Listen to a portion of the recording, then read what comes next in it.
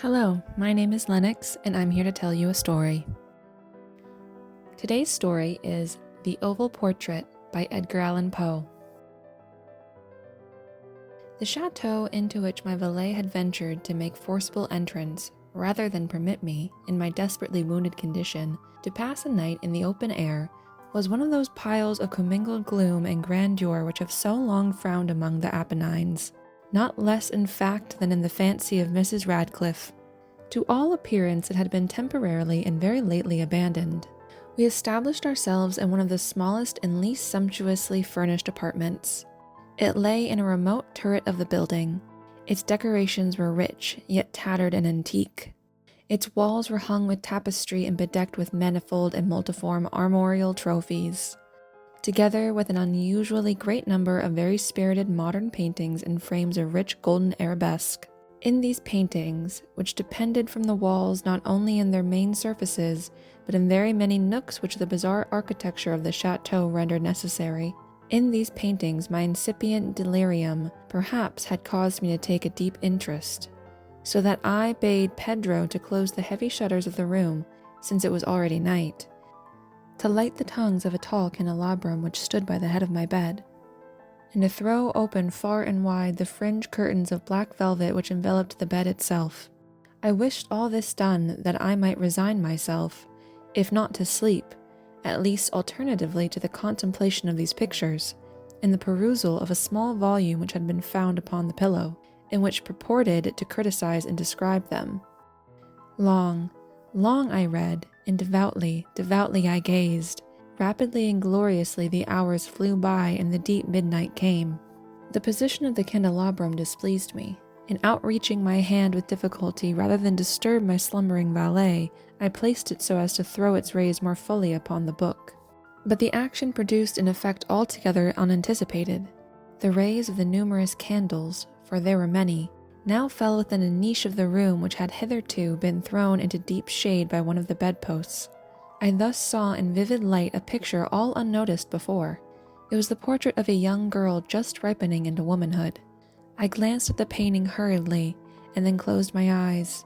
Why I did this was not at first apparent even to my own perception, but while my lids remained thus shut, I ran over in my mind my reason for so shutting them. It was an impulsive movement to gain time for thought, to make sure that my vision had not deceived me, to calm and subdue my fancy for a more sober and more certain gaze. In a very few moments I again looked fixedly at the painting.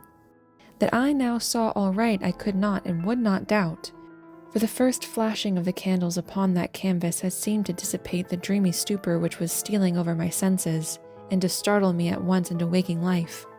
The portrait, I have already said, was that of a young girl. It was a mere head and shoulders, done in what is technically termed a vignette manner, much in the style of the favorite heads of Sully. The arms, the bosom, and even the ends of the radiant hair melted imperceptibly into the vague yet deep shadows which formed the background of the whole. The frame was oval, richly gilded and filigreed in moresque. As a thing of art, nothing could be more admirable than the painting itself, but it could have been neither the execution of the work, nor the immortal beauty of the countenance, which had so suddenly and so vehemently moved me.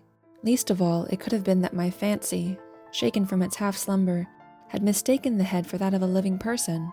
I saw at once that the peculiarities of the design, of the vignetting, and of the frame must have instantly dispelled such idea, must have prevented even its momentary entertainment. Thinking earnestly upon these points, I remained, for an hour perhaps, half sitting, half reclining, with my vision riveted upon the portrait.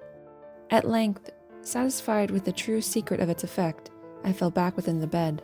I had found the spell of the picture in an absolute life-likeness of expression, which, at first startling, finally confounded, subdued, and appalled me. With deep and reverent awe I replaced the candelabrum in its former position. The cause of my deep agitation began thus shut from view.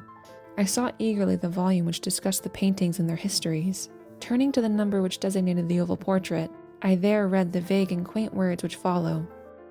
She was a maiden of rarest beauty, and not more lovely than full of glee, and evil was the hour when she saw, and loved, and wedded the painter. He, passionate, studious, austere, and having already a bride in his art, she a maiden of rarest beauty, and not more lovely than full of glee, all the light and smiles, and frolicsome as the young fawn, loving and cherishing all things, hating only the art which was her rival, dreading only the palette and brushes and other untoward instruments which deprived her of the countenance of her lover. It was thus a terrible thing for this lady to hear the painter speak of his desire to portray even his young bride.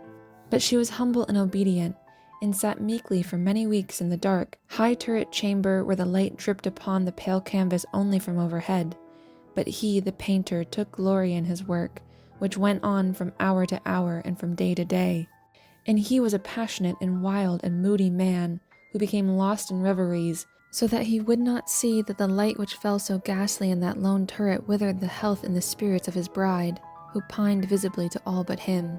Yet she smiled on and still on uncomplainingly, because she saw that the painter, who had high renown, took a fervid and burning pleasure in his task, and wrought day and night to depict her who so loved him, yet who grew daily more dispirited and weak. And in sooth some who beheld the portrait spoke of its resemblance in low words, as of a mighty marvel, and a proof not less of the power of the painter than of his deep love for her whom he depicted so surpassingly well. But at length, as the labor drew nearer to its conclusion, there were admitted none into the turret, for the painter had grown wild with the ardor of his work, and turned his eyes from canvas merely, even to regard the countenance of his wife. And he would not see that the tints which he spread upon the canvas were drawn from the cheeks of her who sat beside him. And when many weeks bad passed, but little remained to do, save one brush upon the mouth and one tint upon the eye, the spirit of the lady again flickered up as the flame within the socket of the lamp, and then the brush was given, and the tint was placed, and, for one moment, the painter stood entranced before the work which he had wrought. But in the next, while he yet gazed, he grew tremulous and very pallid, and aghast, and crying with a loud voice, "This is indeed life itself," and turned suddenly to regard his beloved. She was dead.